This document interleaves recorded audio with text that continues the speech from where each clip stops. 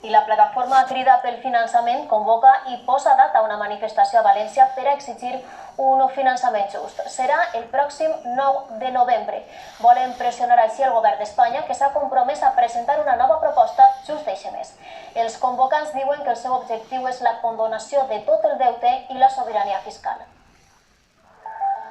Volem les claus de la Caixa. Amb aquest eslògan es posa en marxa la maquinària per a la manifestació per un finançament just. Seran 3 mesos de desfullar el calendari. La data marcada en destacat el 9 de novembre. Basta. Suficient de ser espanyols de quinta o quarta. Convoca la plataforma cívica Crida pel Finançament. L'espoli fiscal que patim anual al País Valencià és entre 2.000 milions d'euros o 6.000 milions d'euros. I ha agafat el govern valencià amb el peu canviat. Pues que m'acaba d'enterar. Però receptiu al crit del carrer.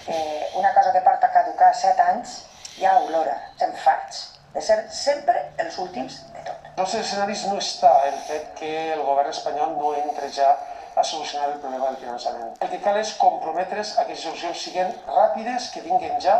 L'engranatge s'ha posat en marxa a les xarxes socials. És el primer pas. Ara vindran reunions comarcals i serà una campanya informativa. Encaminada cap a una sobirania fiscal, encaminada per a la condonació del deute de les claus de la Caixa, és a dir, poder ser autosuficients. El ministre Montero ha anunciat que s'establiran les bases del canvi al novembre. Si no hi ha un empoderament del poble i una mobilització social, sabem que aquestes negociacions acabaran mal. La manifestació es convoca el mateix mes per a fer pressió.